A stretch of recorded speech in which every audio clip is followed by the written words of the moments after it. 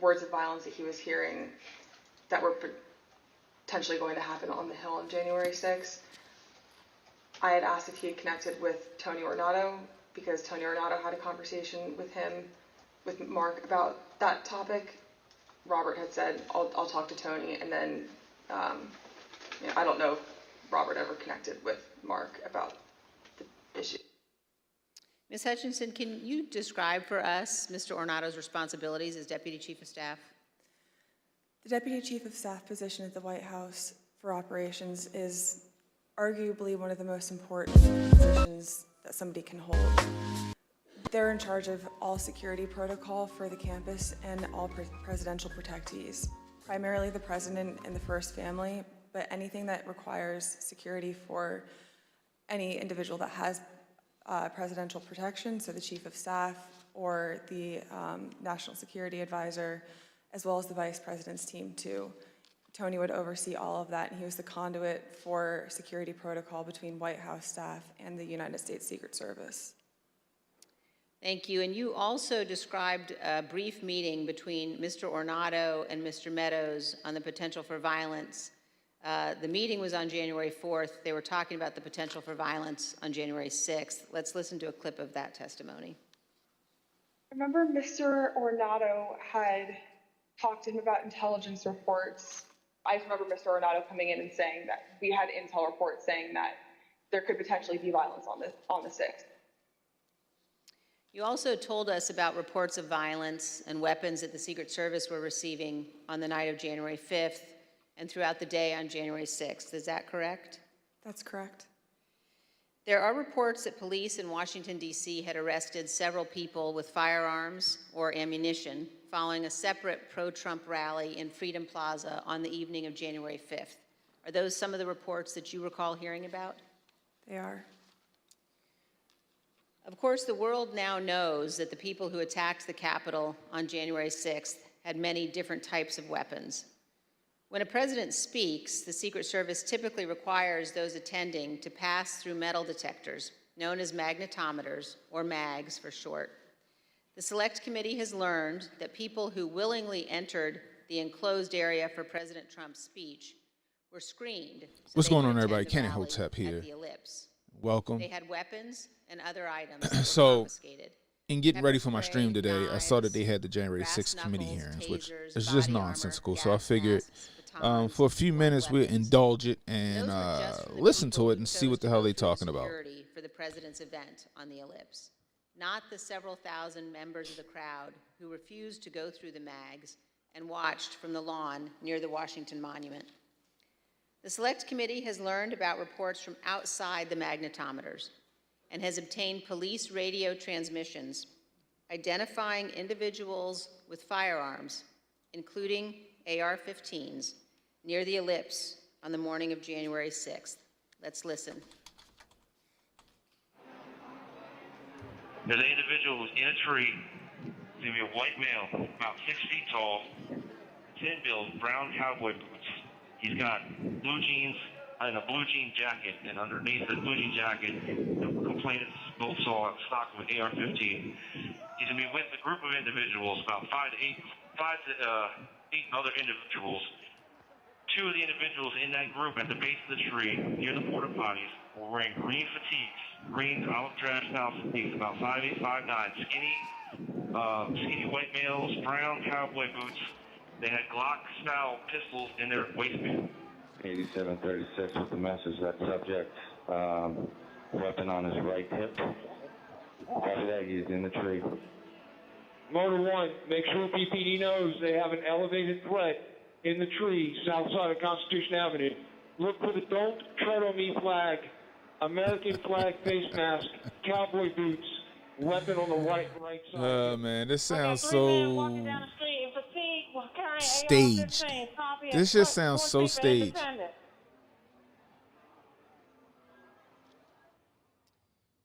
AR-15s at 14th and Independence. Here we go. As you saw in those emails, the first report that we showed, we now know was sent in the 8 o'clock hour on January 6th. This talked about people in the crowd wearing ballistic helmets and body armor, carrying radio equipment and military-grade backpacks. second report we showed you on the screen was sent by the Secret Service in the 11 a.m. hour. So what you're telling me, It right, addressed reports of a man is with that a rifle to the lips. let's get this straight. Ms. Donald Hutchinson, Trump asked in for prior testimony, you described 100,000 for us a National meeting Guard in the troops White just in House case shit get around out of 10 hand. a.m. They denied on the him morning that. of January Not 6th. only that, the DC Involving mayor Chief of denied Staff him any Meadows help and from Tony Bernardo. Metro, Were you in DC that Metro meeting? Police. I was. Now they got Let's this listen to your so-called testimony audio about that from a meeting, and then we'll so-called answer questions. Capitol Police officer saying that a bunch of guys with Glock-style rifle, Glock-style handguns and AR-15s were marching toward the Capitol, right?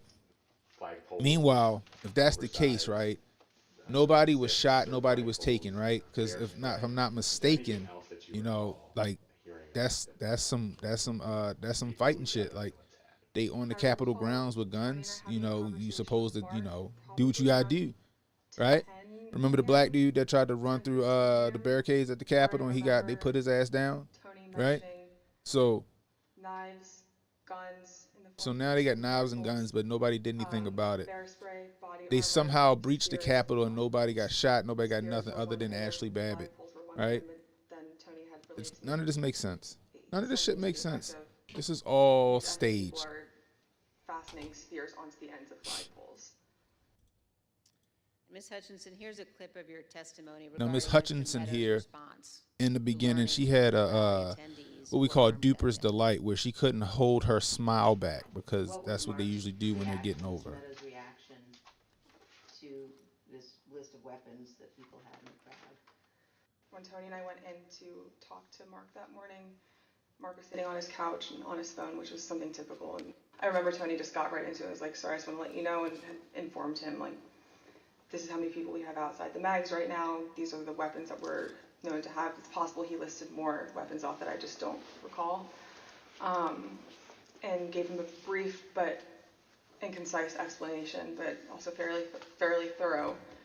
And I remember. That's right, distinctly Jay. Mark Where the not audio to stand down orders? Where's the pics of the smiling guards Right, I opening doors to remembered usher Tony in the finishing quote his danger? explanation. Correct. and it taking a few seconds for Mark to say something to the point where I almost. Where are the videos of these people with these said, so-called Glocks and AR-15s? Where are those Mark, videos at? All we got is audio. And then Mark chimed in and was like, all right, anything else? Still looking down at his phone. And Tony If y'all looked at just me joining and I us, looked at I Tony took some time and out of my said, stream, no, sir, do you have any questions? our topics to What are you hearing? indulge And in I some of looked at this Tony and I was like, so January he just told 6th you about committee what was happening propaganda around the rallies? And he said, nonsense, yeah, just I to know. hear what And they're then saying. he looked up and said, have you talked to the president? And Tony said, yes, sir, he's aware too. And he said, all right, good. He asked Tony if Tony had informed the president, Yes. and Tony said yes, he had. So, Ms. Hutchinson, is it your understanding that Mr. Ornato told the president about weapons at the rally on the morning of January 6th? That's what Mr. Ornato relayed to me. And here's how you characterize Mr. Meadows' general response when people raised concerns about You what know could what? For happen on context, January right? For 6th. context, let's go back because how far are they into this? So at the time, They 20 minutes in. there Let's were see. lots of public reports about Here we go. In those critical hours. First-hand details of what transpired in the office of the White House Chief of Staff, just steps from the Oval Office as the threats of violence became clear, and indeed, violence ultimately descended on the Capitol in the attack on American democracy.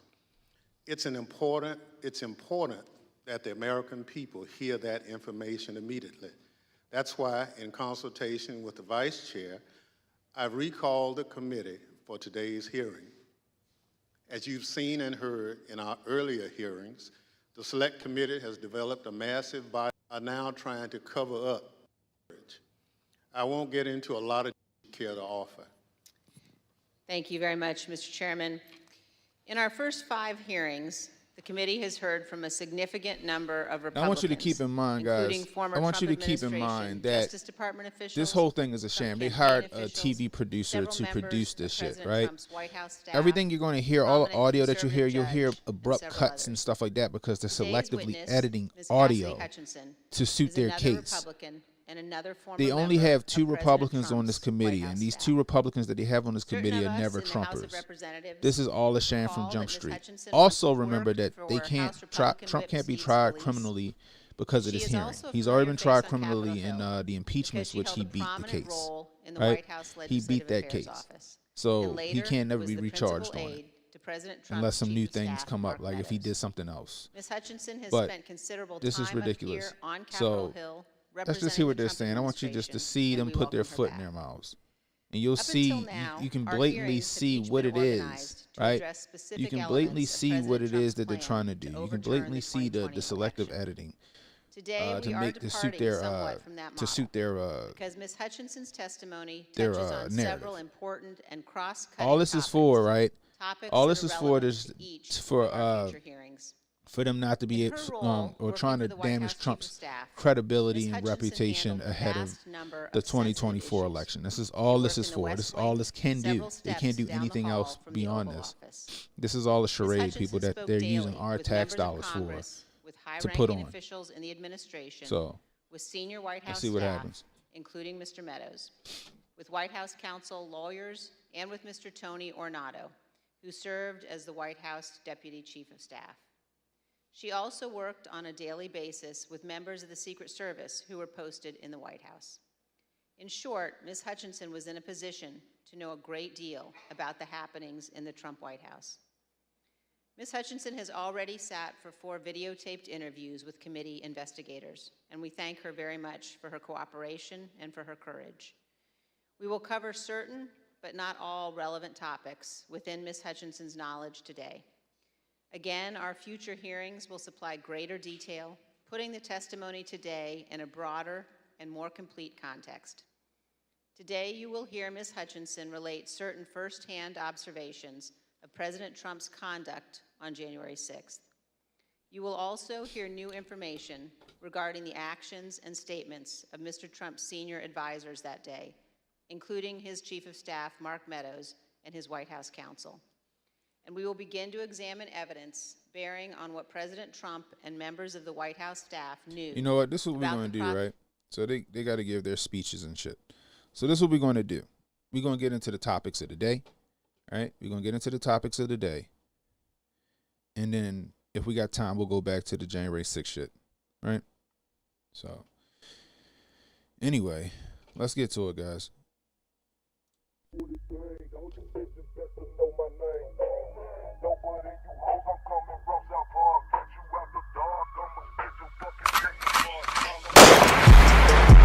threat to our Hotep, especially when the Hotep got the goddess mask off. He's working his ass off, trying to tell y'all goofy dudes what they planning. It's Hotep, Hotep. Hope you motherfuckers understand. It's Hotep, Hotep. Hope you motherfuckers understand.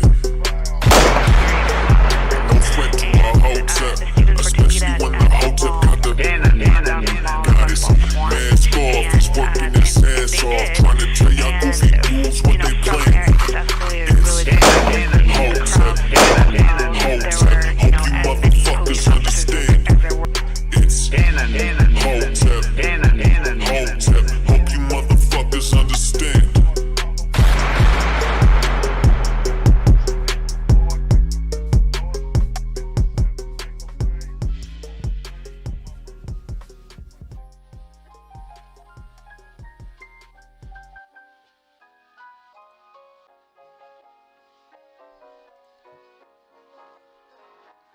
Hello, everybody, and welcome to Cannon Speaks. I am Cannon Hotep. If you're new, hit that like, hit that subscribe button, hit that notification icon to let you know when I got new content coming out. Please like, please share this stream. If you're catching the replay, leave me a comment. Let me know how I'm doing. I could use the constructive criticism. See, YouTube has been shadow banning me, and they've been whooping my ass, man. They've been whooping my ass, and I could use you guys' help. So don't be takers. The like button is free. The subscribe button is free. Hit them both. Notification button is free. Hit all 3. Don't be takers, guys. Help a brother out. Help a brother out. Hope you guys are having a wonderful Tuesday. Got a packed show for you guys today. First topic, we're going to talk about, well, not first topic, but Clarence Thomas and the Supreme Court, man. I feel like they're in God mode right now.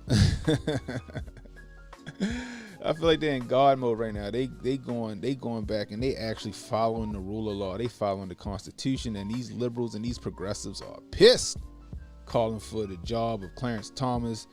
You know, saying these covertly racist shit. You know, they want to. You know, they want to say some shit, but they scared to say it. You know what I mean? You know. So we're gonna touch on some of the Supreme Court opinions. All right. Then next, we got an article from the LA Times, right? It says, "Is California ready for more black people to legally carry guns in public?" We're gonna read that and get into that one. That's gonna be interesting, you know. Also, apparently, the sergeant at arms in charge of the Capitol security on January 6th dies under mysterious circumstances. Right. We also have the United States Appeals Court vacates federal vaccine mandates pending additional hearing. I know a lot of people pissed. They had to go get that damn. They had to go get that damn. Get that yammine, right? They had to go get that yammine, and now all of a sudden, now they vacate the vacation mandate, federal vacation mandate, right? Also, on the heels of that, the CDC was caught using false data to recommend kids for the yammine vaccine, the yammine vacation. It's crazy, right? And then we got coming out of the New York Supreme Court, all right? New York Supreme Court apparently struck down the Dems law not allowing non-citizens to vote. It's going to get real interesting. And like I said, if we got time, we're going to go back to that January 6th hearing, because I just want you guys to see how much of a sham it is. I want to point out the inconsistencies. I want to point out the lies, the half-truths, right? Not to mention just point out the whole charade of it all. But if we get time, we'll get back to that. We'll get back to that, people, right? So, like I said, we got a packed show for you today. Please share this stream, guys. Please share this stream. Let people know we're live. See what we got in the building today. We got my man Jay Pylon in the building. What's going on, Jay? You know, like Jay said earlier, where are the audio of the stand down orders? Where are the pics of the smiling guards opening doors? Yeah, exactly. We got my man Steph Colonel in the building. What's going on, Steph? What's going on? Oh, we got HJ in the building. What's going on, HJ? Appreciate you joining us.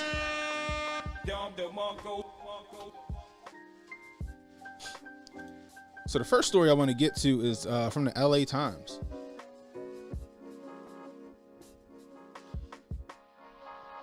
Is California ready for more black people to legally carry guns in public? This was written June 27th. So it says Nathan W. Jones. Let's make this bigger for you guys so you can see it. All right, that's good enough. Nathan W. Jones leads the Bay Area chapter of the Black Gun Owners Association, but until a few years ago, he wasn't even in the guns. Then the Cove-based pandemonium hit, and George Floyd was killed by Minneapolis police, sending racial justice protesters into the streets. And white supremacists trashed the U.S. Capitol on January 6th insurrection. We see where this Los Angeles Times lean, doesn't it? Don't we? Suddenly, it seems as if America was on the brink, and with the Supreme Court's overturning of Roe v. Wade on Friday, emboldening a militant array of white Christian nationalists, we clearly still are. Jesus, Mary and Joseph. Quote, I have visions of mobs dragging people through the streets, and something just kind of switched, Jones told me. We can't rely on anybody else to come and save us. It has to be us. I 100% agree there, Jones. I 100% agree. You can't rely on anybody to save you. You need to rely on yourself to save you. However, it sounds like Jones thinks that we going back to fucking the 50s. He think about to break out the dogs and the fire hoses, what Jones sound like. So it sounds like we got a radical black man on our hands. However, he wants to protect himself should that shit happen. That shit is fucking hilarious to me. However, hey, I agree with you. You can't rely on anybody else. You got to rely on yourself to save yourself, Oh, I gotta love this language in this New York Times article. So on Thursday, while many were apoplectic over The Supreme Court's decision to uphold the rights of gun owners to carry a loaded weapon in public, throwing it gun control laws in California and New York into limbo. They fucking threw them completely out the window, right? At a time when shootings are increasing, Jones was thoughtful.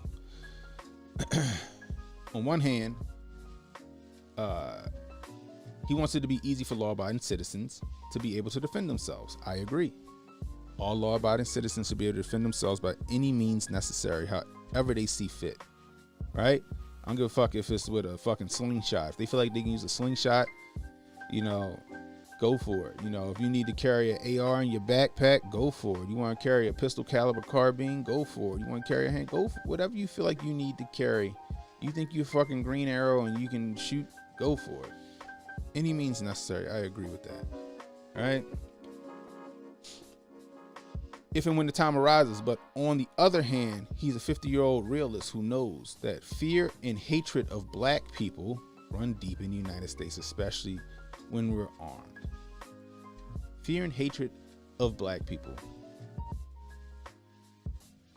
So he thinks that black people need to arm up because America's about to become more racist than it was in the 50s. Just as racist, if not more racist than it was in the 50s, right? Again, he's 50 years old, so he lived through some shit, right? However, he's one of these Negroes who think that we going back to fucking Bull Connor and all that other shit. That's what it sounds like to me. Sound like he's been gaslit by, the media.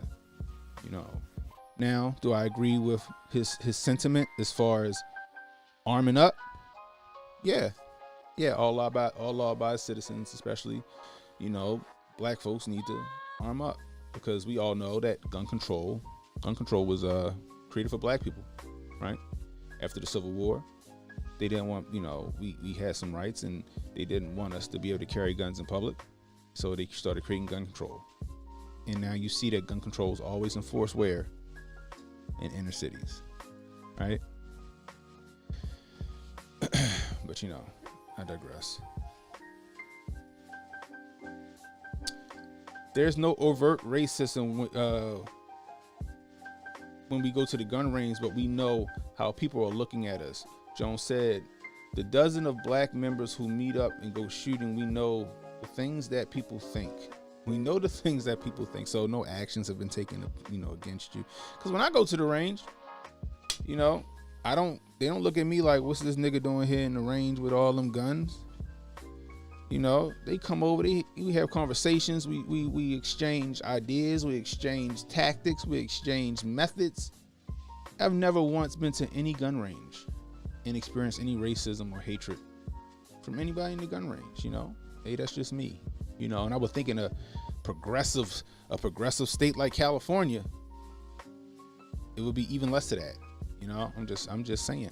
I've never been to a gun range where I had issues or people looked at me a different way ever. I've been to gun ranges in the sticks where I was like, yo, should I be here? And then within like a few minutes, I'm welcomed in and we having fun, right? Having fun. I've been to gun ranges in the, predominantly black gun ranges, fine. You know what I mean? Sometimes I get looks from people in the black gun range because maybe they think my fucking gun's too loud. Right? I've actually been reported in a black gun range because my 308 was too loud. Right?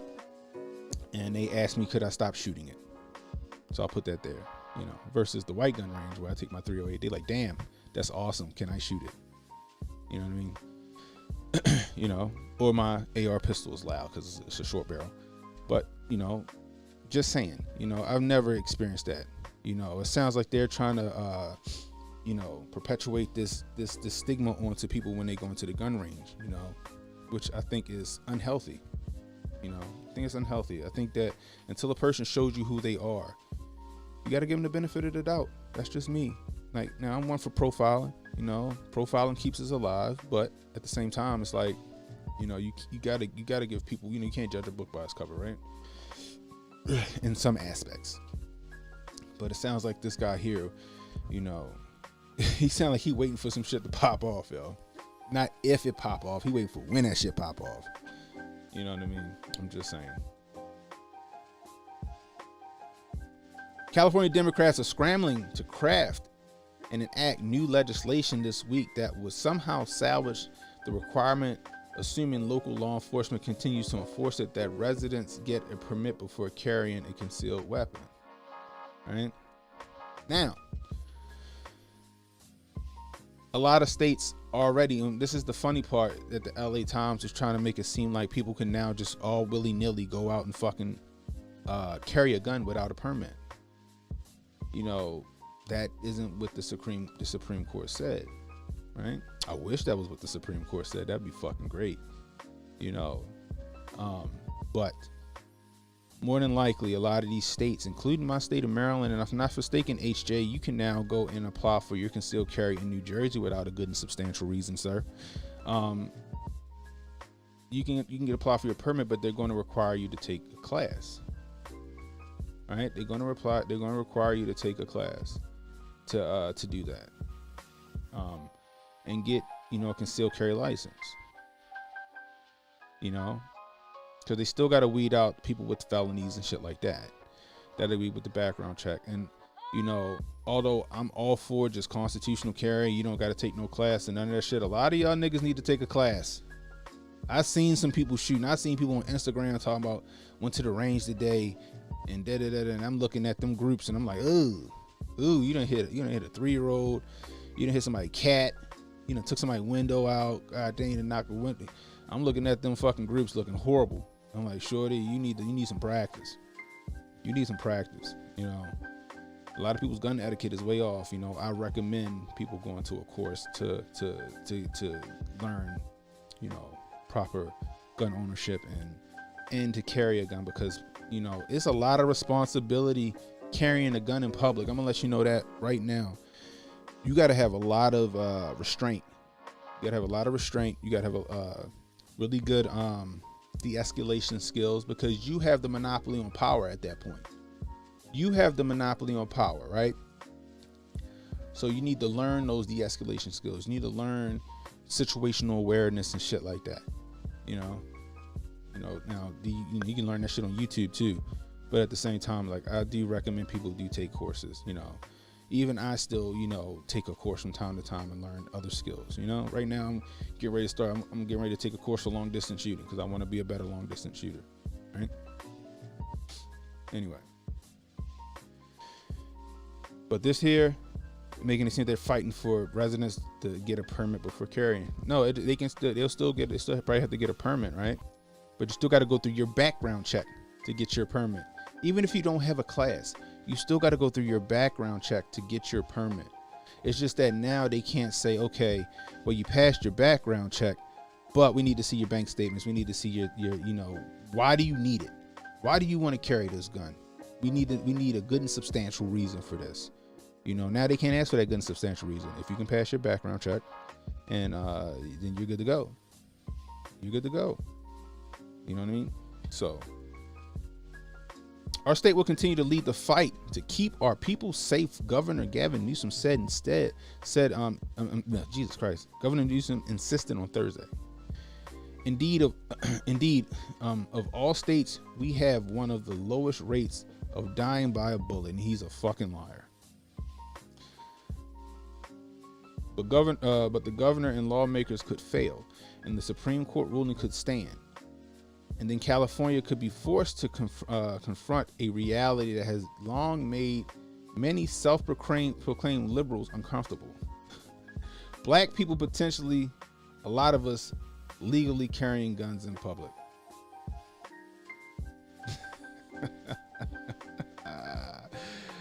Oh my goodness gracious. Here we go with the racist shit. Here we go with the racism. Here we go with the racism right here. Here we go. Here we go right here. Let's run that back. But the governor and lawmakers could fail, and Supreme Court ruling could stand, and then California could be forced to confront a reality that has long made self-proclaimed liberals uncomfortable. Black people, potentially a lot of us, legally carrying guns in public. Goes back to what is that? It goes back to Reagan and Bobby Seale and them, and Huey Newton up on the steps of the courthouse. and then gun control happening, right? So they're trying to harken back to that shit. You feel me? They're trying to harken back to that shit, which is ridiculous. It's nonsensical, people. You would think that a liberal, progressive state like California would be Black Lives Matter. Black Lives Matter, and black people think they need to carry guns to protect themselves, and let them do it. You know what I mean? Right now, they short-circuiting on their logic. Their logic is short-circuiting like a motherfucker.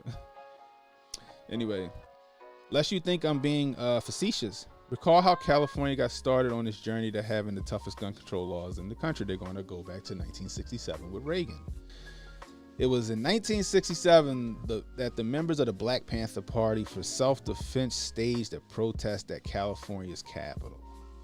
And armed with the handguns and shotguns they normally use to protect black neighborhoods in Oakland by policing the police, they announced that they had that the time had come for black people to arm themselves against the terror before it was too late.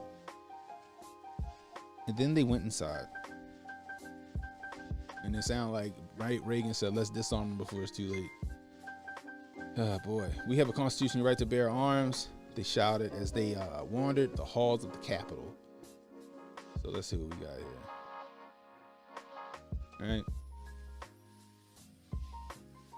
It says Black Panther Party leaders Eldridge Cleaver in sunglasses and Bobby Seale argued with the California state policeman at the Capitol in Sacramento after he disarmed protesters. May 2nd, 1967, the Armed Panthers entered the Capitol protesting a bill before the legislature that would restrict carrying arms in public.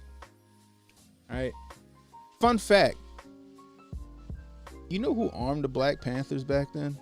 You know who gave them, arms and gave them a chapter, like a gun club chapter? The NRA did that shit. Go figure, right? The racist NRA gave Barry Seal and those guys guns and helped them get a chapter started themselves. Ooh, what? What? Who knew? People don't like to talk about that. They want to make NRA the racist murderers, right? When realistically, all the NRA is fucking AAA for fucking guns. If you're a member, they'll come help you out, right? That's all it is. Anyway, lawmakers were so freaked out that they quickly passed the very bill that the Black Panthers had been protesting, the Mulford Act, which banned the open carry of loaded weapons without a permit. Governor Ronald Reagan signed it post-haste.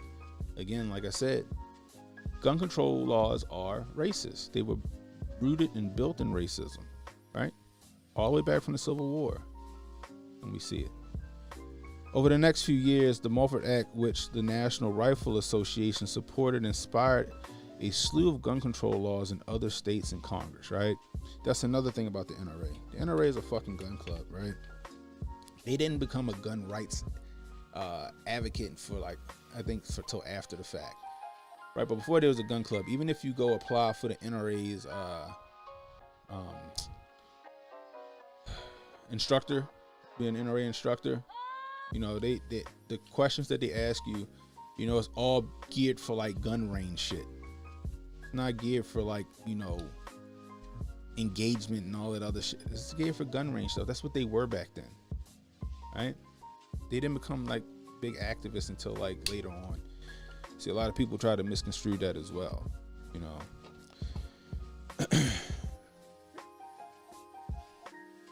Of course, these days the NRA are very much against gun control, although its stance on black people doesn't seem to have changed very much. Again, they try to do that as well, where they don't tell you about, what is that? I think it was Chicago versus, I forgot the guy's name. It was a black guy who Chicago wouldn't allow people to have guns in their house, and the NRA backed him, right? They back a lot of black people, right? Even the first gun range in DC from the NRA was an integrated gun range. Funny part is that when you become a member of the NRA, I don't even think they ask you what your race is, if I'm not mistaken.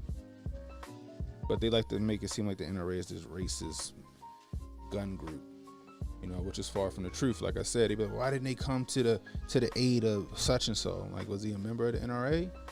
Because that's what the NRA is. The NRA is a gun rights organization, but they also come to the aid of their members. That's like me calling AAA and I don't got a fucking AAA membership and telling them come change my tire. They're gonna be like, what's your membership number? I don't have one. Oh, we can't help you. It's the same shit. Anyway. Still, over the last few years, as Americans have stocked up on guns at record rates, it is black people, especially women, who have been buying them the most. Between 2019 and 2020 alone, there was a 58% spike, according to National Shooting Sports Foundation. Emmanuel Choice, who runs a black gun club in Los Angeles, has watched his trend play out in Southern California. Black people are not only buying guns in big numbers, but also eager to get the training to follow the law to handle them safely. That's what I'm talking about. That's how it should be. That's how it should be. Right? Period, full stop. All Americans. That's how it should be.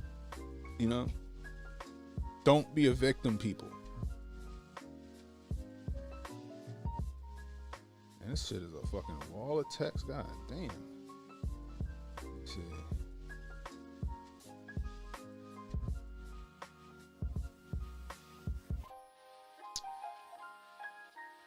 Okay. So here we go. This is not a country where you want folks just randomly walking around with firearms, said Choice, who thinks the Supreme Court's ruling on Thursday was short-sighted and reckless. The one thing I will say about California and their concealed carry requirements is you got to get a lot of education. See, this is the thing. This is where they're misconstruing things, right? You still have to do a background check, right?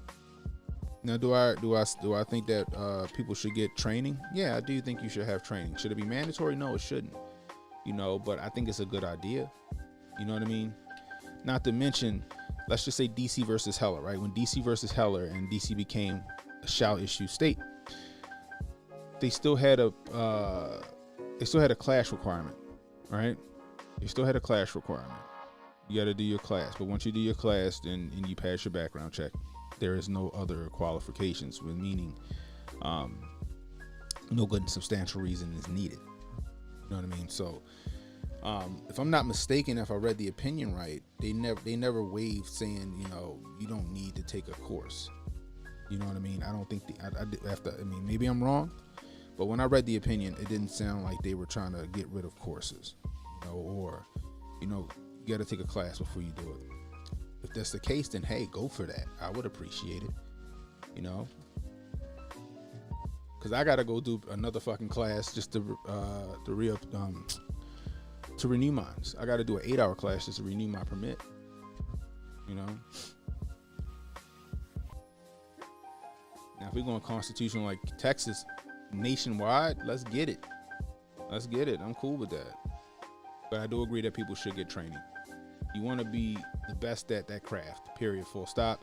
You don't want to try to take action against somebody, and next thing you know, you hit somebody's kid or somebody's grandmother or somebody that didn't deserve that bullet, right? You got to learn all that shit.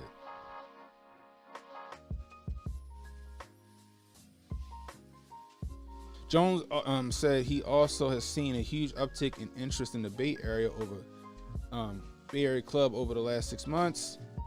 Often about black people looking for camaraderie and an alternative to the NRA. That's fine. If you don't want the NRA, you got the USCCA, you got the Black Gun Owners of America. I think I belong to them too. You got other alternatives, right? Just the NRA is the bigger company that actually goes out and fights these cases, these unlawful cases. The NRA actually does that. A lot of these smaller companies don't even touch it. Gun Owners of America, they don't touch them cases. The NRA is usually the one fighting them, right? Those other places just piggyback off of it, right?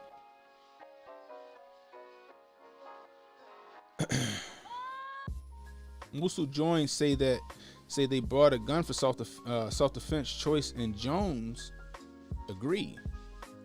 Many reach out after getting Forgive the phrase triggered. Oh, Jesus Christ. Anyway, forgive the phrase triggered by high-profile racist incidents, including last month's massacre of black people in a supermarket in Buffalo, New York. Okay. But even before that, during the height of the racial justice protest in 2020, black people armed themselves and formed groups for self-defense and community protection in Minneapolis, Atlanta, Detroit, among other cities. Oh, you mean militias? Oh, they form militias. You don't want to say the word militia. You don't. They form groups. You don't want to say the word militia, huh? Okay, I got you. I got you. I got you. You know.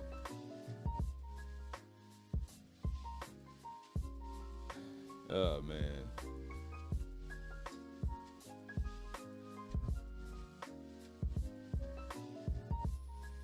Black folks are choosing more frequently and in greater numbers to be prepared, Troy said. There's this concern that I haven't seen before, and there is a willingness to, set up. Hey, go for it. But this isn't 1967.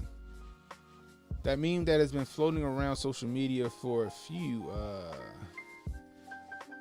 weeks, the one that half-jokingly suggests that Republican politicians could be promoted to support gun control if more black people were to start picking up heat.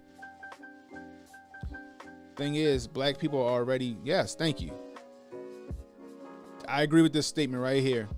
The thing is, black people are already packing more heat, both legally and unfortunately illegally, but gun control laws are still getting weaker.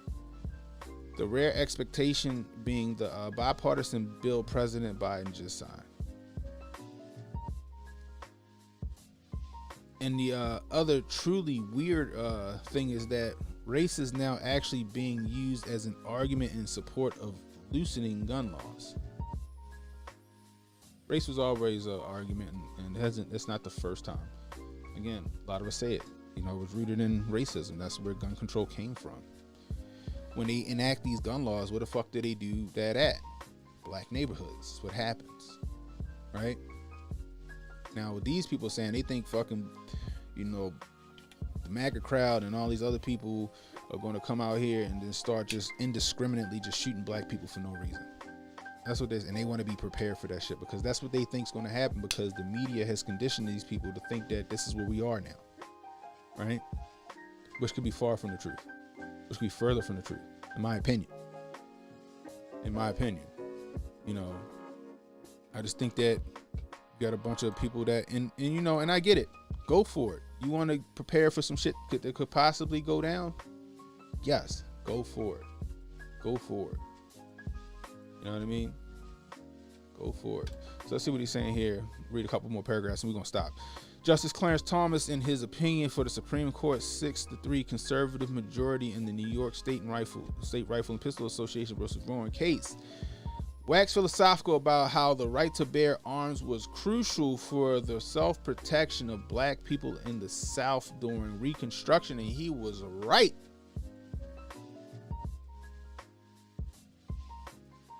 He was right about that. It was very fucking important. What Ida B. Wells say?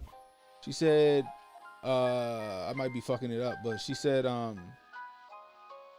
Winchester rifle should hang in every household. There should be a Winchester rifle above the fireplace of every household or some shit like that, she said.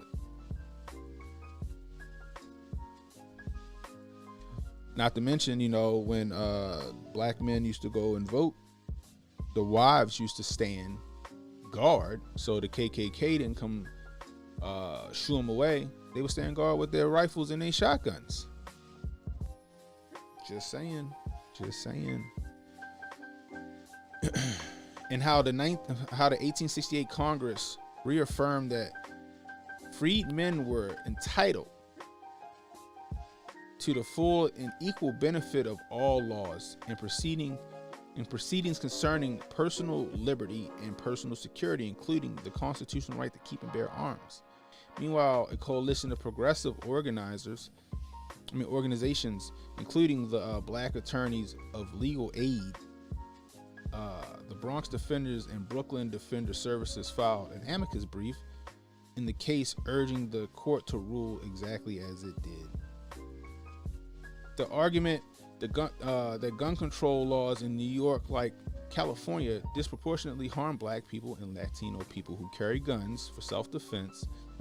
They complained of clients who have been stopped, questioned, and frisked, and deprived of their livelihood, their livelihoods because they exercise their constitutional right. I agree. Not every person that carries illegally is a evil person. A lot of these people, and especially a lot of older people, they be like, "Fuck it, I'm too old to be out here fighting these young boys." You know, they gonna take advantage of. You know what I mean? So a lot of these people, they just carry. They like, "Fuck it, like I'd rather be judged by 12 than carried by 6." You know what I mean? Because the laws are unconstitutional. So, you know, I get that.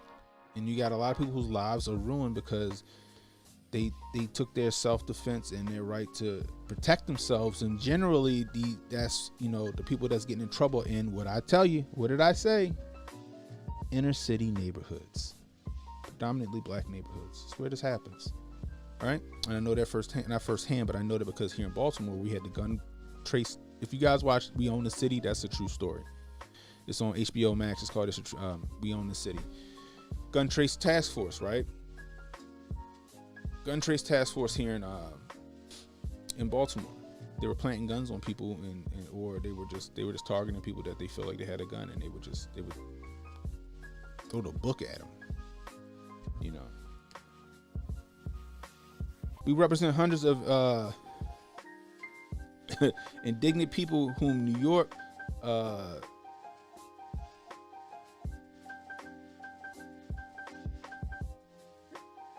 I'm sorry, I apologize, guys.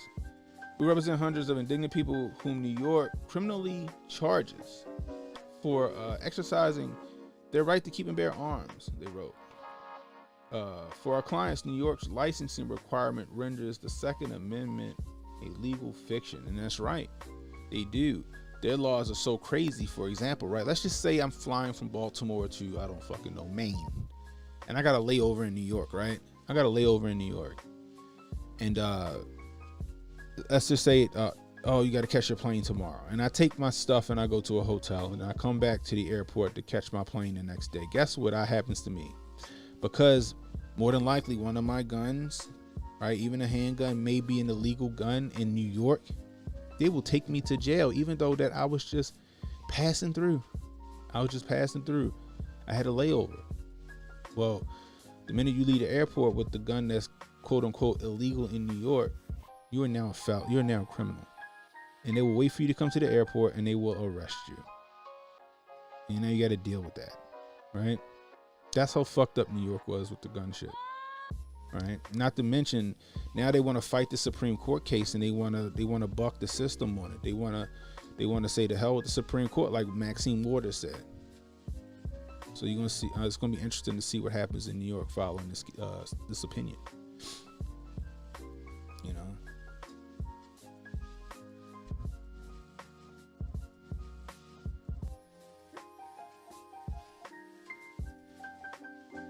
How all of us will pay attention. How all of this will play out remains to be seen. The leaders of LA Gun Club is doubtful that more Black people in Los Angeles will start carrying guns in public, even if doing so without a permit becomes common practice in California. It would just attract too much attention. Again, I don't think they're going to be able to do it without a permit, right? It'd be great, but I would hope people would still go get the training they need. You know what I mean? Besides, most Black people just want to come home safe every night. That's true. And will avoid taking risks that could result in injury or death. That is also true, right? Number one is the police. I don't want to interact with them ever.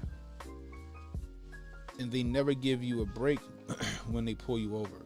So you're always under suspicion. He's lumping all police officers in the same vein, that's not fair, you know. I mean, not every police officer that pulled. I've been pulled over with my gun. I've been pulled over strapped a few times, and they just was like, "Oh, okay, no problem. Well, can you do me a favor, just put it up on your dashboard?" Yeah, sure, no problem.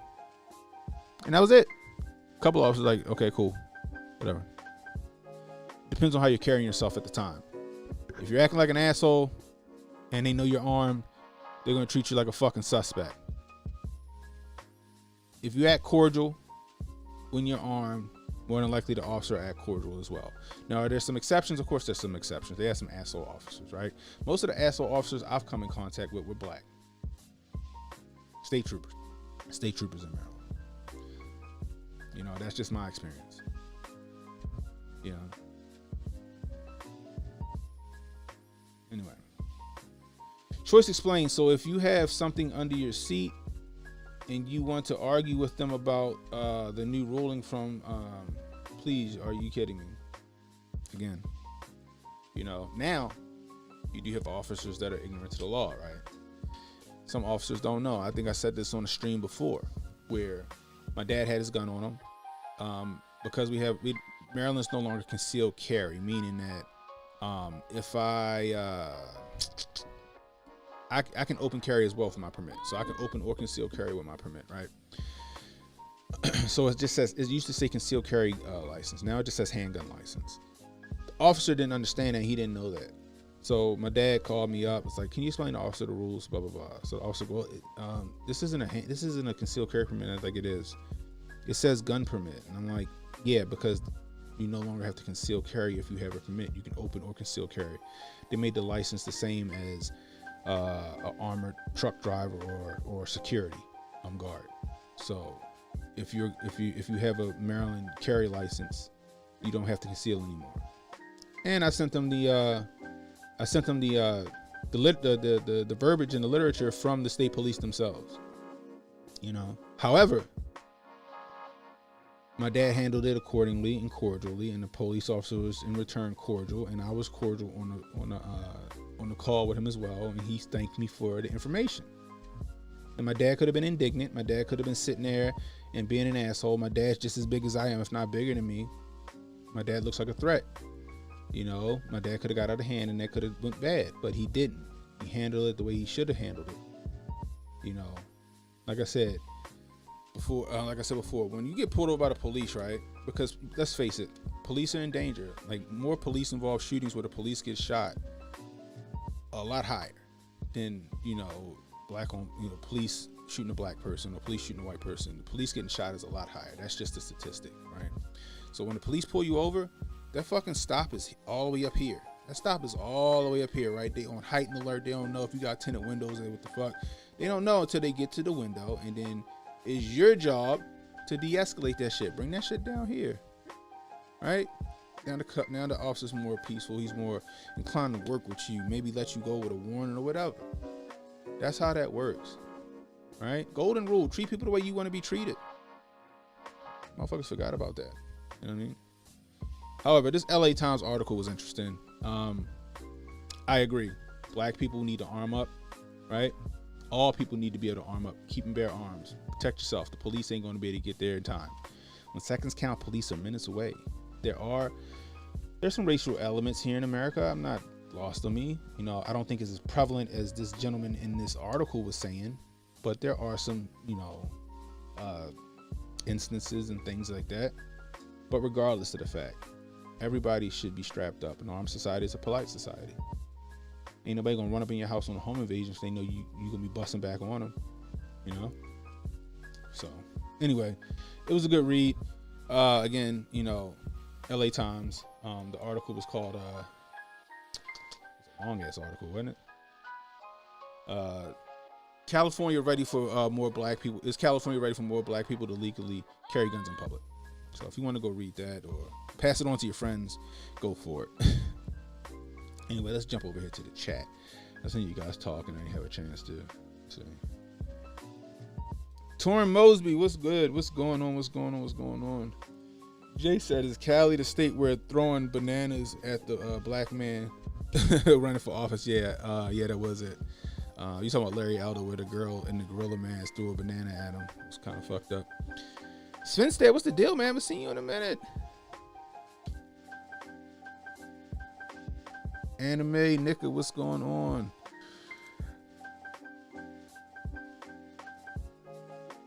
Yeah, they drinking too much of that Kool-Aid, bro.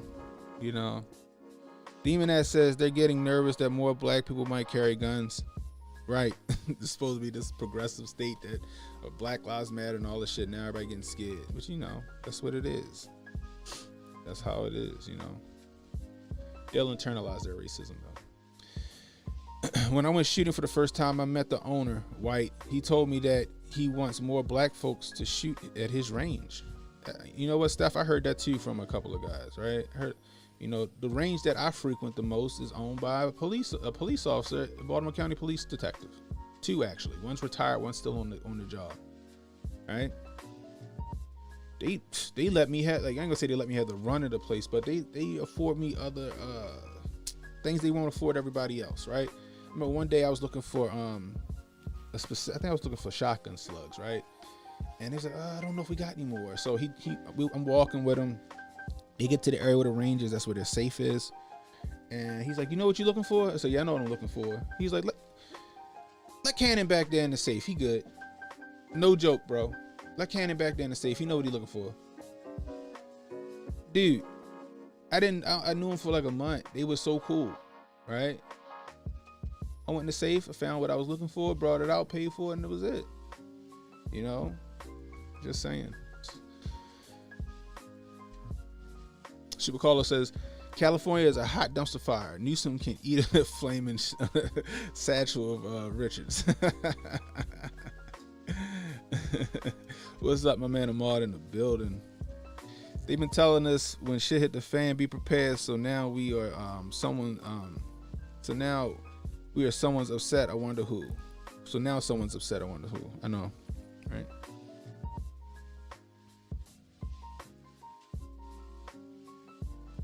Jay Pollen says, recall they arrested John F. Johnson, the leader of the not effing around coalition militia. They found him guilty, so he's facing 7 years. Damn. Amar says, hey, I was just researching the freedman term was used for men born of free women in very important circles. That's interesting. I didn't know that. Ahmad also says, they did that in DC. Used to have some with a gun walk and stand around so when they jump out. You talking about the gun trace task force? Yeah, they did that in DC as well. I think DC picked it up from Maryland. Freak Max says, conspiracy theory. The SC did not give a shit about Roe versus the Supreme Court did not give a shit about Roe, and only reversed it to inflame the DNC's base. Kofi on tight with that one. Kofi on tight. Freak Mac, everyone was predicting a GOP landslide this November. I know it's gonna be interesting to see, man. It's gonna be crazy. Like I said, they got the penny saver boxes back out at all the schools and shit. So, and I just got two penny savers in the mail. I'll be doing it in person, but you know, we all know how that's gonna go. Jimmy Doss, what's the deal? More citizens carrying guns, the better. Freedom is all of our agendas. That's facts. That's facts. Dude gave him a disc. Yeah, that's what happened, yo. It's like it's all love in the gun. It's all love in the gun range, man. You got a couple assholes that be in there, like just shooting off the guns, like this rapid fire, which is fine. But you got some dickheads in there. Like it was a dude in there trying to impress.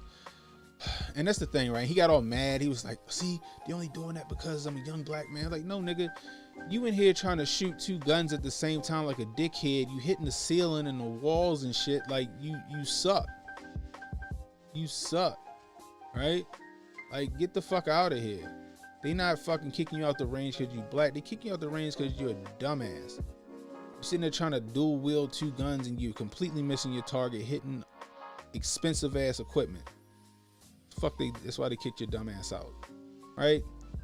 You got people like that in there, but most of the time it's all love in the gun store, man, in the gun range, man, and in the gun store. Just saying. Svenstead still here canning just a lot of shit on my part of the world. I feel you, Svenstead. I'm just happy you can join. My man Mitch, what's up, Mitch, man? Has one person on the left given one legal explanation why SCOTUS was wrong? One, I've heard none. Nah, yo, they ain't gave not one explanation on why SCOTUS was wrong because they can't. They done ran all out of arguments. You can't argue, you can't argue an absolute, right. You can't argue the Second Amendment. There's no argument there. They're running out of arguments. Simple as that. Just like when you had with the harpies on The View. They couldn't argue Roe v. Wade being overturned. All they could do is say they did it because of their religious beliefs, and you can't put your religious beliefs in Supreme Court ruling. And they kept saying they were all Catholic and all this other shit. And it's like, no, they went by the rule of law, and now you guys want to figure out a way to make it seem like they're being activists. And it's like, no, they're going by the letter of the rule of law. That's what they're doing. It's crazy, bro. Crazy, bro. Yeah, Demonad, he was a dumbass. Cause he was trying to impress some chick he was with, and he just was an idiot. You know what I mean? And it be dummies like that get rules set in place that we know better, but it's like, I know certain ranges, they like, yo, you can't shoot a gun unless it's got a fucking pistol brace or a stock on it. Because you had, I forgot, it was another place where the dude couldn't handle the AK-47. He couldn't handle the AK-47. He didn't have a stock on it or a pistol brace, and the shit was just walking up the fucking wall. You know what I mean? And I hate to say it, is black people trying to be extra, throwing seasoning in on every goddamn thing.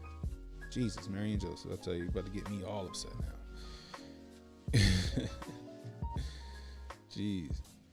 Handy Bob, what's up? Miss 56 minutes. Good morning, everyone. What's up, bro? What's up? It's all good. We just got finished the first topic.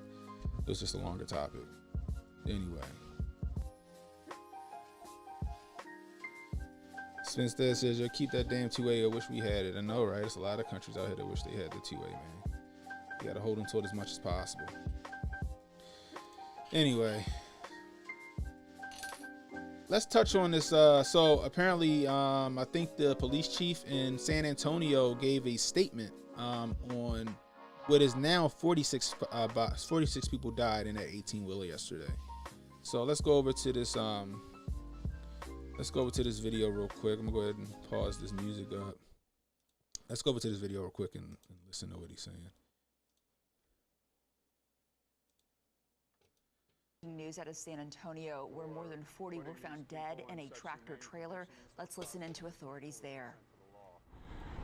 So this is a federal investigation, but I'm going to turn it over to Chief McManus to talk a little bit about the city's initial response. You'll hear from Chief Hood as well, and then Councilmember Rocha Garcia will provide some for our Spanish media. Thank you, Mayor. So I want to emphasize that this is preliminary information, and it could change. So the first call came in at about 10 minutes to 6 this afternoon. A worker who works in one of the buildings up here behind me heard a cry for help, came out to investigate, found a trailer with the doors partially open, opened them up to take a look, and found a number of deceased individuals inside. So we have 3 people in custody.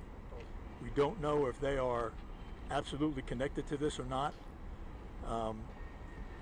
This investigation has been turned over to HSI. It is now a federal investigation. Turned it over to them about probably 2 hours ago. But right now we've got 3 folks in custody. And again, this is all preliminary information. I want to turn it over to Chief Hood. Good evening, Charles Hood, San Antonio Fire Department. Approximately 6 this evening, San Antonio Fire Department responded to 9600 Quintana Road for a report of a dead person. Engine 52 arrived and found the trailer, as Chief McManus mentioned, with a body outside and several that they could visibly see inside once the doors were opened. At this time, we have processed approximately 46 bodies that have been triaged and tagged and declared deceased at this time. Fortunately, we were able to transport 16 people.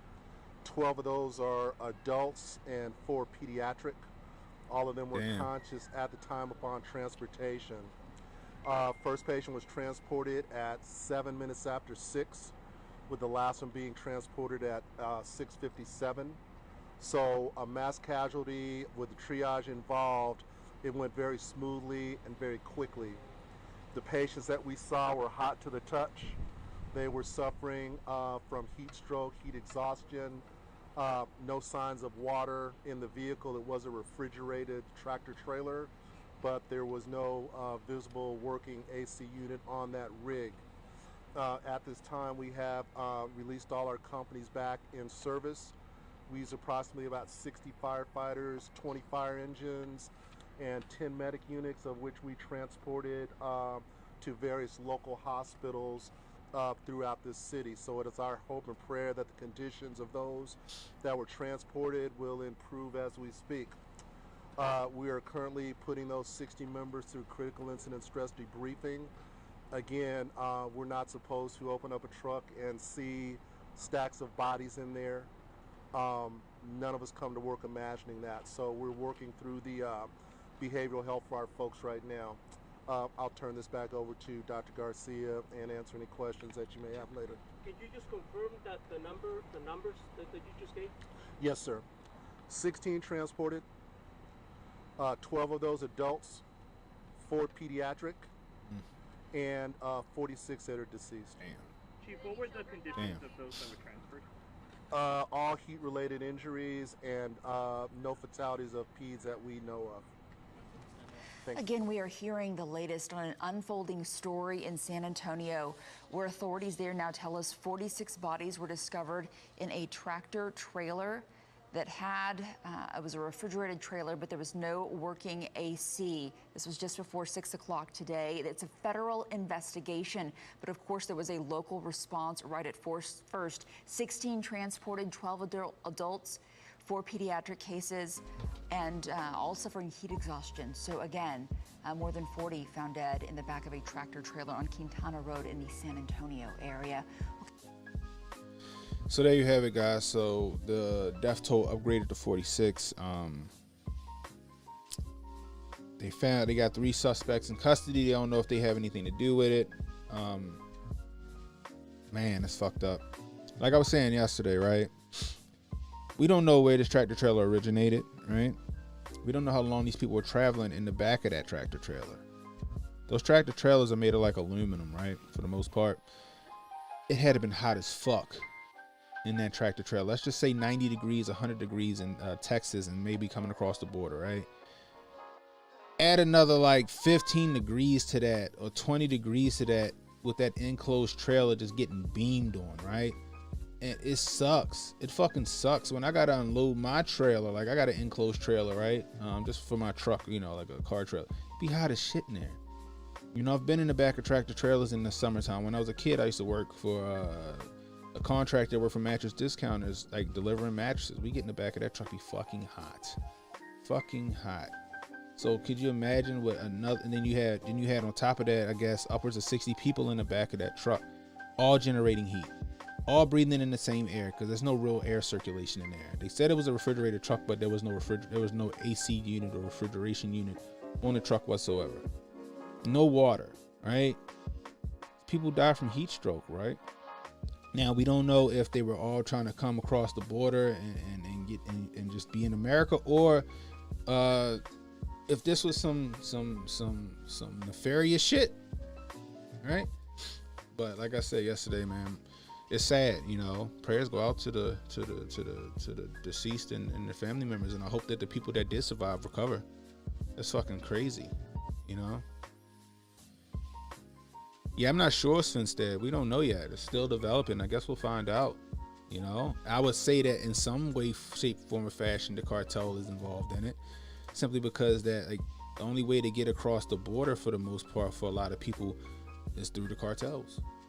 So whether, that's, I'm just saying, that's just the thing. That's just what it is, right? LP says, sheesh, can you imagine that smell? I mean, yeah, I don't know how long that tractor was sitting there before they found him. Maybe that was all the same day. We don't know. They say it's a frequented road for tractor trailers going to get fixed and shit like that. So I don't know. We don't know, but you're right. It's crazy. It's crazy, especially in 100-degree weather, man.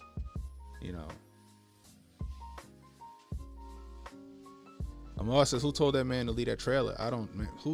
Exactly. I guess he found out that the people, he died, and he was like, he fucking got the hell out of Dodge. I guess we'll find out if they question the 3 people. The crazy part is that I can only find this story, right? I can only find this story. I can only find the story locally. There's no national news coverage on this for the most part. That's the crazy part. Demon that says, yep, got to be a scorching hot truck. Yeah, it's crazy, right? Hey, somebody might be on the take, on the pay, You know what I mean? Exactly, bro. It's hot when you open your car door, yo. Could imagine like a fucking trailer that's just aluminum just getting baked, bro. This happened in UK last year. 39 died. That's crazy. And apparently this happened 4 years ago in the same area. 19 people died. What's up, Heather?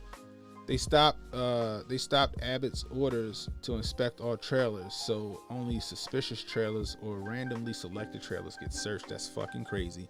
So could you imagine if Abbott's order stayed and they would have checked that shit? The people would have been around. Them people would have survived, hopefully. Prayerfully. You know what I mean? But you got Joe Nichols slicking his open borders policy and all this other bullshit. I mean, this is which begs the question, and I'll ask you guys. Is Joe Nichols slick to blame? Is the Biden administration to blame for these deaths down here in San Antonio? I'd like to know what y'all think. If you're new, hit that like, hit that subscribe button, hit that notification icon. It'll let you know when I got new content coming out. Please share this stream. Let people know that we are live. If you're catching a replay, leave me a comment. Let me know what you think. The question of the day is, do you think the Biden administration is responsible for the deaths down at in San Antonio? Let me know what you think. We get that trade from Africa and Middle East. Heather says, I have family from Mexico who lives on the southern border in Texas. That whole Mexico side is cartel run.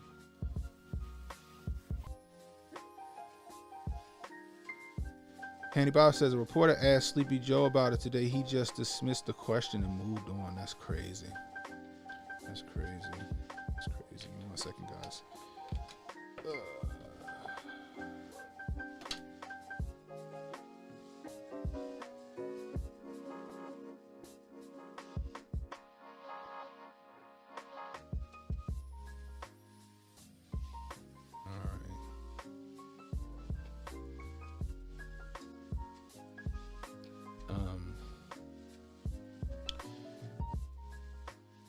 Yeah, Mo, I got a point. They created the conditions. I agree, man.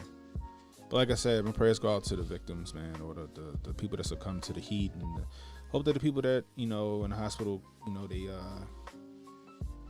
they recover, man. That's just tragic. Apparently some kids passed away too. That's the sad part. Jeez.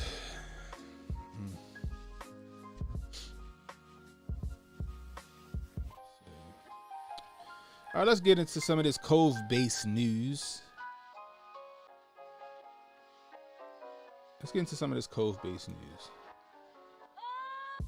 This is from Reuters, actually, of all places. U.S. Appeals Court vacates federal vacation mandate pending additional hearing. I know there is some pissed federal workers out there right now. All them people that was forced to take that shit, and now the appeals court vacated the mandate. Holy shit. Let's read on.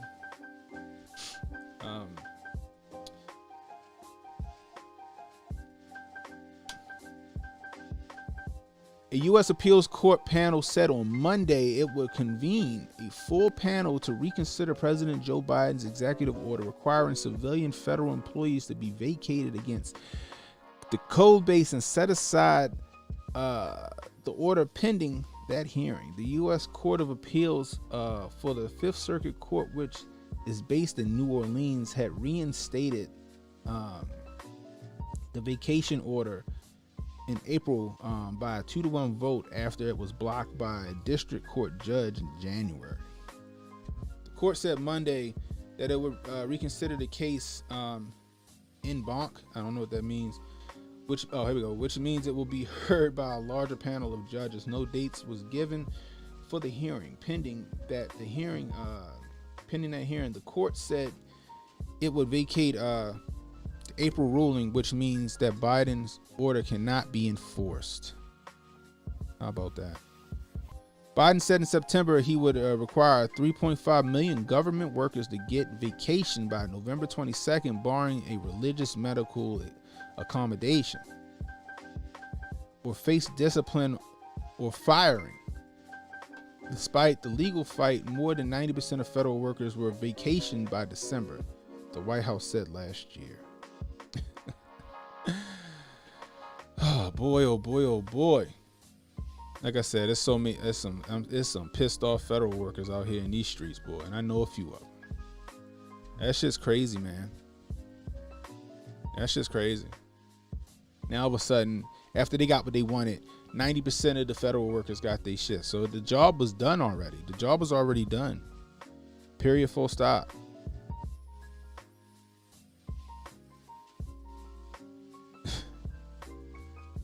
That's crazy.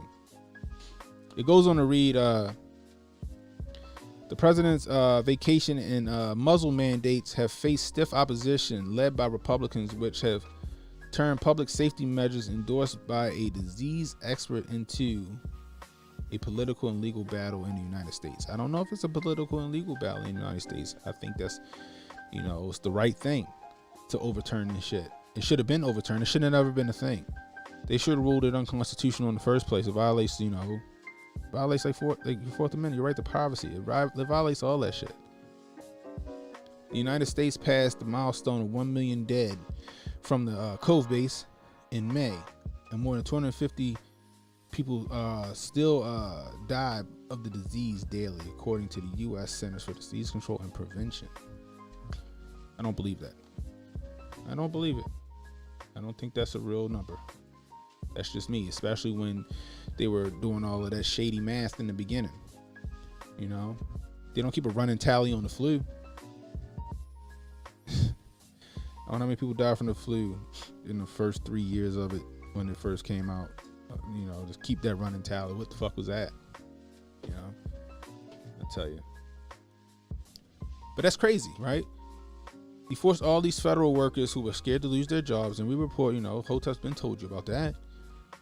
Right? We've been telling people about that. Now all of a sudden you done got what you wanted. You made these people take the shot. They got the third and fourth one, and now all of a sudden, oh no, you don't gotta do it now. That's crazy. And then on the heels of that, check this shit out from, what is this from the Daily Caller. CDC caught using false data to recommend kids Cove-based vacation.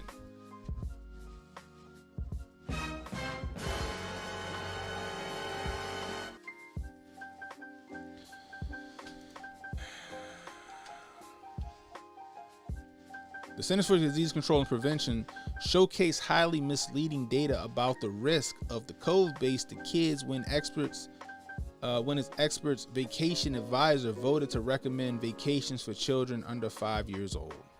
The agency featured a preprint study rankings cause of death in children when it presented data to its advisory committee on immunization practices.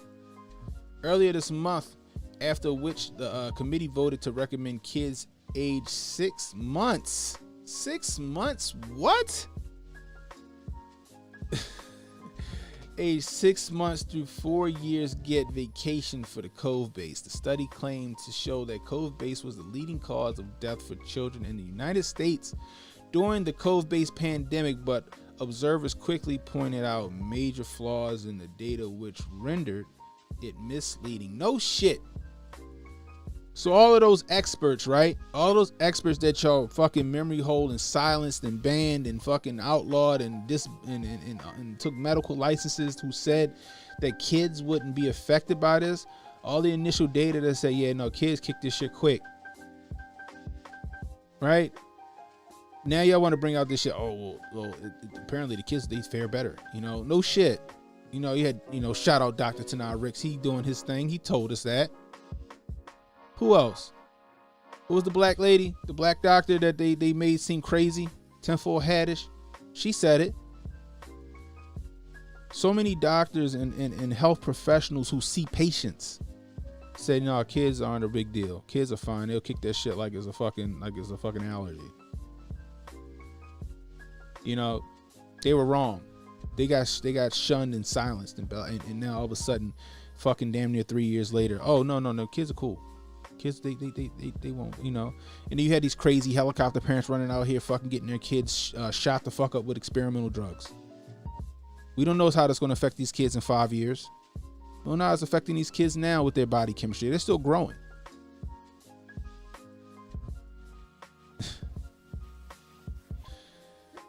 The paper ranks the Cove base as the top 6 cause of death for age brackets from 0 to 19, including under 1 year old, 1 to 4 year olds, 5 to 9 year olds, 10 to 14 year olds, and 15 to 19 year olds. It is unclear why the authors include 18 and 19 year olds in the pediatric data. That's true. A majority of researchers involved in the paper are from the United Kingdom, where the age majority is 18 in most jurisdictions. However, one misleading aspect of the paper, as first pointed out by the CoveBaseGeorgia.com, right, is that it ranks cumulative Cove-based deaths alongside annual rates for other causes of death. For instance, in the 1 to 4 age group, the paper ranks a cumulative Cove-based deaths as 5th leading cause of death, ahead of heart disease and influenza. But further down the list ranks annual Cove-based deaths in 8th. Every single age group, the cumulative Cove-based death rate is more than double the annual death rate. Another big issue with the CDC data presentation is the conflation of deaths caused by the Cove base versus those for which the Cove base was just a contributing factor. Remember that when they kept saying, oh, this person died with the Cove base, when they kept saying died with, right? People that conceive of like, why you keep saying with? Are they down from it or are they down with it? If they're down with it, that means that that's not the contributing factor to their death.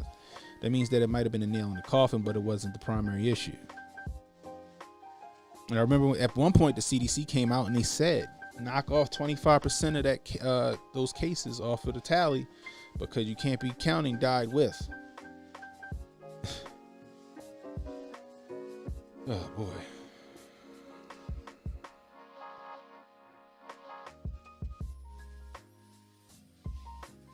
Here we go. Let's go back. We consider the Cove base as an underlying, not the contributing factor, cause of death, but that is false. Related to Biden's Cove bases are Ashish, whatever, ranked in big bucks off the pandemic before joining the White House. Of course he did. The paper cites data from the National Center for Health Sciences, which tabulates Cove base deaths by including the death certificate of which Cove base is mentioned, not just cases where it was primary reason for death. The the NCHS data cited by the researchers claim there have been 1,433 pediatric COVID-based deaths through April 2022. However, the CDC's own data, which counts only deaths where the virus was underlying cause, reported 1,088 pediatric deaths during that time period, which is nearly 25% lower. What did I just say? What did I just say? What did I just say they said a few years ago? You got to knock 25% off that number. You can't count underlying issues. When the data is annualized and only includes deaths where the virus was underlying cause, COVID-based does not rank as the leading cause of death for young children. For kids under 1 year old, it ranks 9th behind influenza and pneumonia, heart disease, and homicide. Jesus. Accidents are about 25 times as likely to kill an infant than COVID-based, according to the CDC data. Among kids aged 1 to 4, 5 to 9, COVID-based ranked in a 4-way tie for 8th leading cause of death. For ages 10 to 14, it ranked in a 2-way tie for 8th. For teenagers between 15 and 19, it dropped in the cause of death ranking from 4 to 6. The CDC did not respond for multiple requests for comment when asked why it presented this misleading data and how that study made it through the agency's rigorous review process.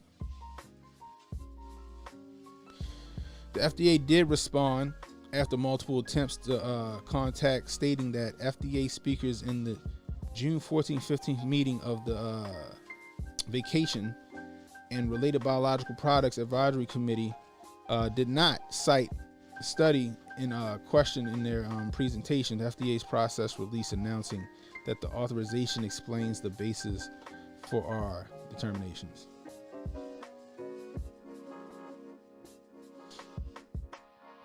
The flawed paper was presented to the VRBPAC at that meeting. However, it was presented by a CDC official to the FDA advisors and was not technically presented by the FDA itself. An FDA press officer recommended reaching out to the CDC for further questions about the research they presented in the FDA meeting.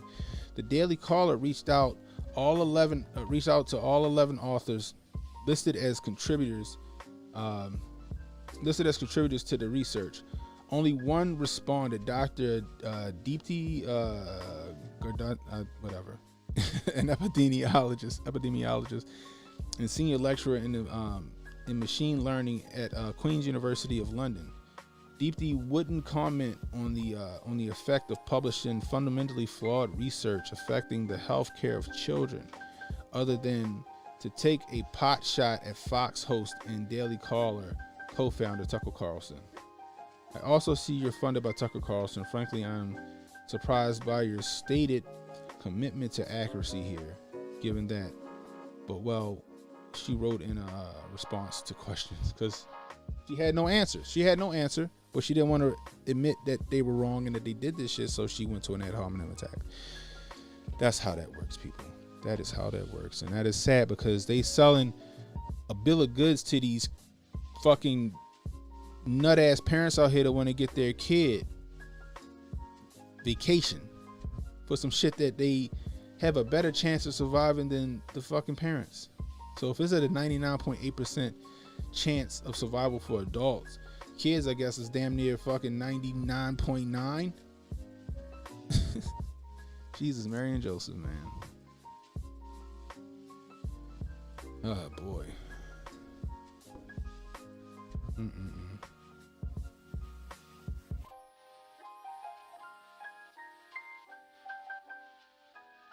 Super Caller says the LAUSD is still going to fire 200 plus teachers, employees for not taking the Yamin, yet the district is crying there is a teacher shortage. Of course they're going to do that. He also says rumor and innuendo is the teachers union head, the school superintendent, school board, and the county government were handsomely rewarded for this. I guarantee they got a hell of a kickback. You know what I mean? Yeah, Demon, that's that 4 + 4 = 5 math. That's exactly what it is. Handy Bob says reason Reason has a good video on the YouTube today about the corruption that is the CDC. Heather says it's always been this way with jabs. They even use the same tactics of slandering people as anti-vacation and skewing numbers and safety data, and never use placebo controls. An eye-opening blessing. It's sad and scary as it is, hopefully to wake some folk up. I hope so. I hope it wake people up, but people are willfully ignorant out here, Heather. Handy Bob says the CDC also admitted that 75% of the people that died from the base had 4 more comorbidities. It's fucking crazy. Jay Pollen with the $2 super chat. I appreciate you, sir. Just Lane Max has sentenced to 20 years in prison. Ooh, that's breaking news every time it feels like breaking. 20 years. I wonder if she make it 20 days.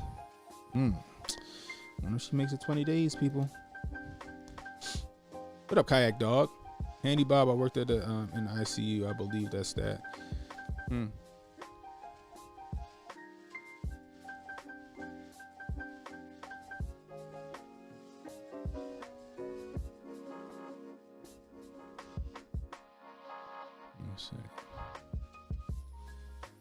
Demoness says Maxwell will be out soon. She been placed on suicide watch. She'll be reunited with FT.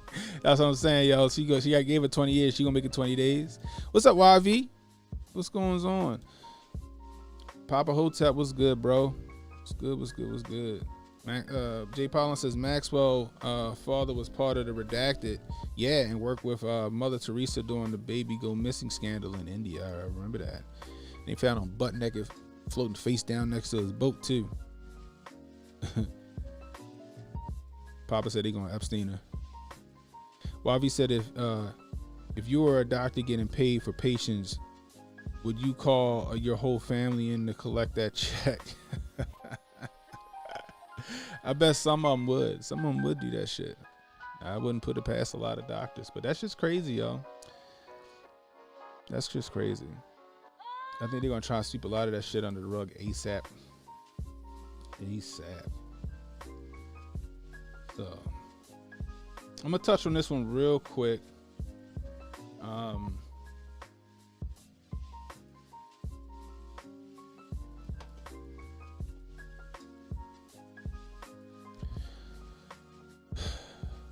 Sergeant at Arms in Chicago, in charge of Capitol Security on January 6th, dies under mysterious circumstances. Multiple reports confirm that former Senate Sergeant of Arms Michael Stanger died on Monday morning, but there is lack of clarity about his circumstances. The Senate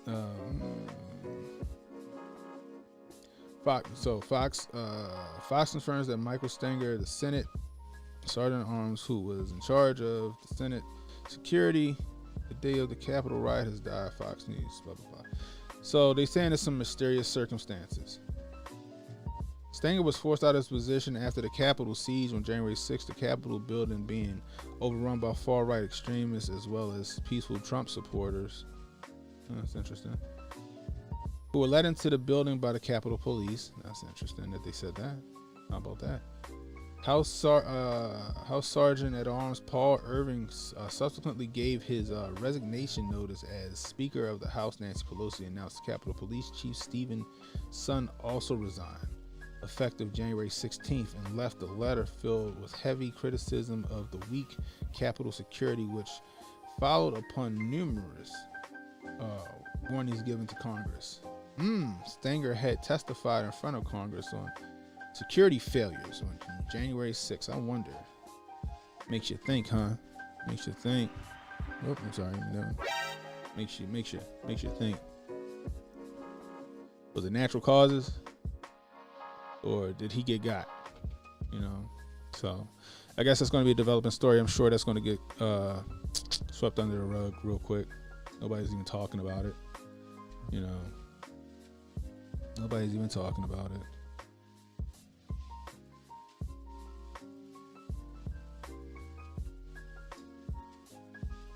So let's get to this final story. What's up, Hexblow? Let's get to this final story.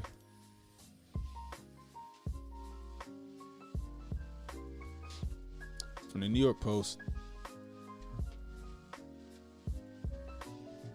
Calling Justice Thomas Uncle Clarence exposes the rotten sham that is progressive movement. Is the progressive movement. Some progressives use the vile racist terms in attacking Supreme Court Justice Clarence Thomas for his concurring opinion in the Dobbs case. A festering rot of racial animosity exists in our society that we willfully ignore socially and politically. It is a rot that eats away at the flesh of our civil society and spoils the greatness of our multicultural nation. Progressives continually tell us we have blinders on when it comes to racism in American society.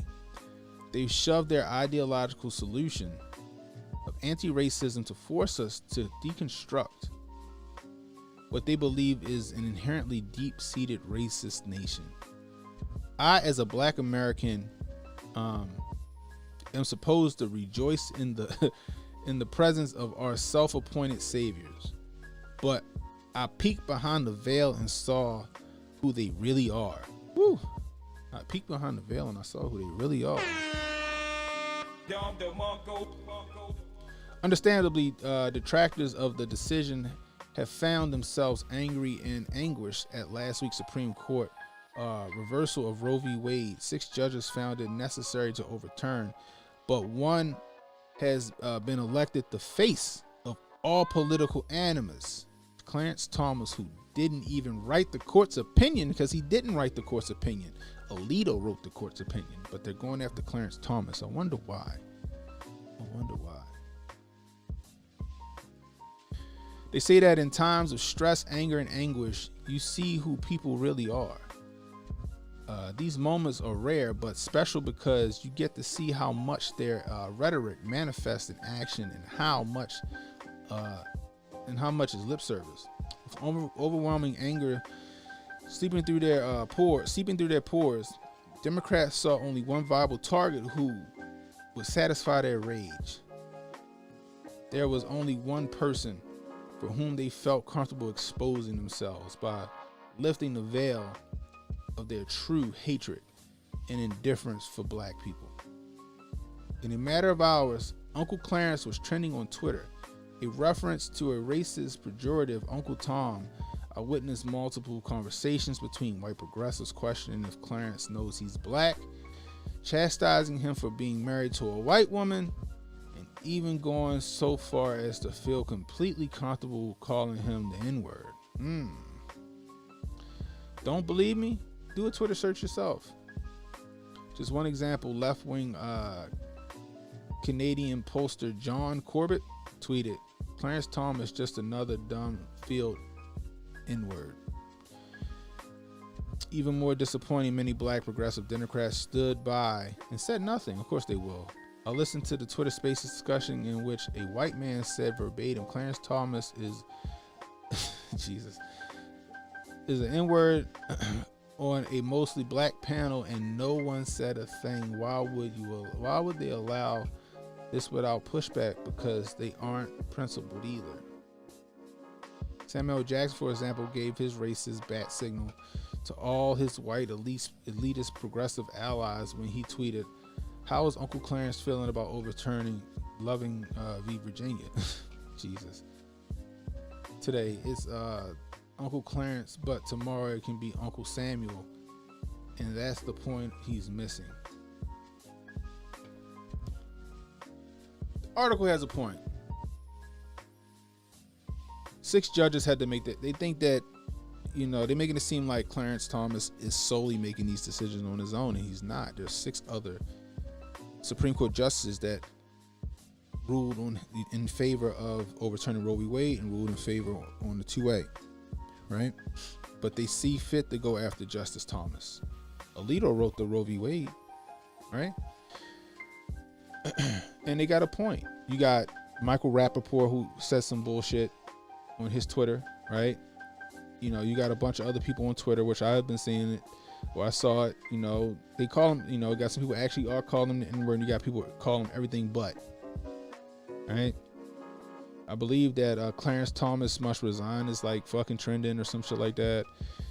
You know, it's crazy because they're mad because he's following the rule of law. He's following the rule of law.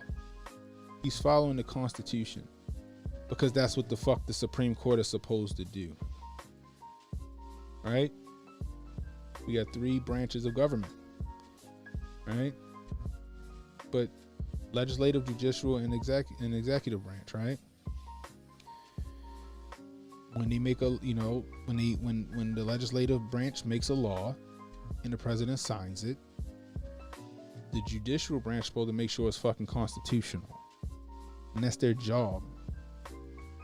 Now that they're going by the rule of law and making sure things are constitutional or not, now all of a sudden they're trying to attribute all of these rulings to like just shit at face value, or you know, oh, it's because of their religion, or it's because, you know, they hate women, or it's because of this and that. And then because they don't like Clarence Thomas, they start bringing up, you know, his past and all that other stuff, making it seem like he tried to sexually harass what's the lady name? I forgot her name, which was far from the truth. That wasn't even the thing. I think the realistic story was like, it was like some hair on his fucking Coke can. He said, who put this pubic hair on my Coke can, or some shit, which he thought was funny. He laughed. And then it turned into some sexual harassment shit. You know. But you know what? Shout out to Justice Thomas for standing 10 toes down. And I hope he continues to stand 10 toes down. We support you. They tried to get you out the paint. They've been criticizing you and chastising you, threatening you and your family, and you still stood tall. Continue to stand tall, sir. Appreciate you. We appreciate you.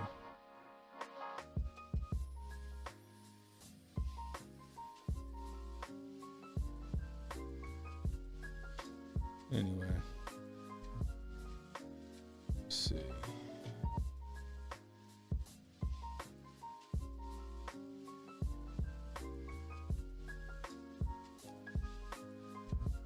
That's all I got for you guys today. Anyway, it's 3 o'clock. I'm about to get off the air, and I'm going to find me something to eat. I'm probably going to hit the gym, because Hotep and build muscle, right? Got to get my shit in order. Then I'm going to go pick my son up from my mom's house. He been in there for a few days. He loving it. I'll call him and see if he want to stay another night or not. We'll see. But anyway, it's Ken and Hotep saying, stay safe, stay well, stay strapped. Salute to Justice Thomas. We appreciate you, sir.